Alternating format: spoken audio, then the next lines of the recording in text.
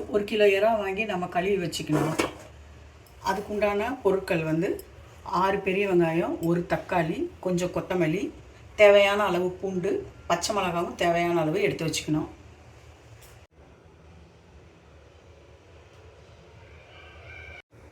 ஒரு கிலோ இறாக்கு 3 குழிக்கரண்டி 4 குழிக்கரண்டி எண்ணெய் ஊற்றிக்கணும். எண்ணெய் காஞ்ச உடனே நம்ம வெங்காயம் இதில் போடலாம். எண்ணெய் இப்போ நல்லா காஞ்சிடுச்சு. நம்ம பூண்டு பச்சை மிளகாவும் முதல்ல போட்டுடணும். ஒரு 2 நிமிஷம் பொரிஞ்ச உடனே நம்ம பொடி பண்ணி வச்சுருக்க வெங்காயத்தை, பெரிய வெங்காயத்தை போட்டுடணும். இப்போ நான் வெங்காயத்தை போட போகிறேன்.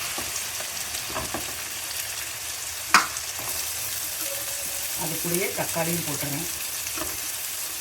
1 தக்காளி, பச்சை மிளகா 3 பச்சை மிளகா. இந்த கொத்தமல்லியை நம்ம கடைசியில் மேலே போட்டு இறக்கணும்.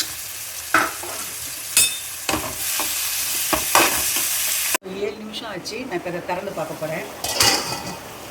வெங்காயம் தக்காளியெலாம் இதளவு வந்துருக்கு. இது கரெக்டான பக்குவம். இந்த பக்குவத்தில் இருக்கும்போது நம்ம வந்து மசாலாவை கலக்கலாம். சின்ன ஸ்பூனில் மஞ்சள் தூள், அப்புறம் இந்த ஸ்பூன் அளவு குழம்பு மிளகாத்தூள் 6 போடுறேன்.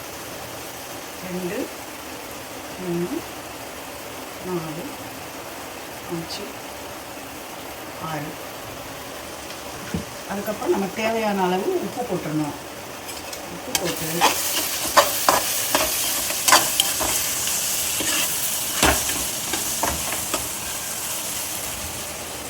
இந்த தொக்குல நம்ம வந்து தண்ணியே ஊற்றக்கூடாது. இப்போ நம்ம இப்படி கழுவி வச்ச இறாவை போட்டுடணும்.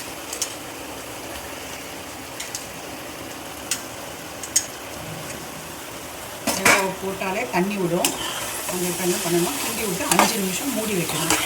நடுவில் பிடிக்காமல் இருக்கிறதுக்கு கிண்டி விடணும். இப்போ இறா தொக்கு ரெடி ஆகிடும். இப்போ நான் 7 நிமிஷம் கழித்து பார்க்குறேன். 7 நிமிஷம் கழித்து பாருங்கள், நல்லா வந்து துண்டு வெந்திருக்கு.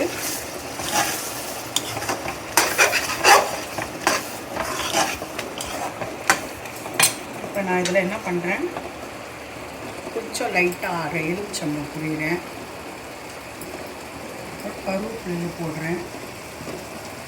அப்புறம் நான் குட்டியாக வெட்டி வச்சுருந்த கொத்தமல்லி தூள், 1 ஸ்பூனு மிளகுத்தூள். அவ்வளோதான், இறா தொக்கு முடிஞ்சிருச்சு. இது வந்து ரொம்ப நல்லாயிருக்கும். சாப்பாட்டுக்கு, சப்பாத்திக்கு, தோசை எல்லாத்துக்கும் சாப்பிடலாம். நீங்களும் செஞ்சு பார்த்துட்டு சொல்லுங்கள்.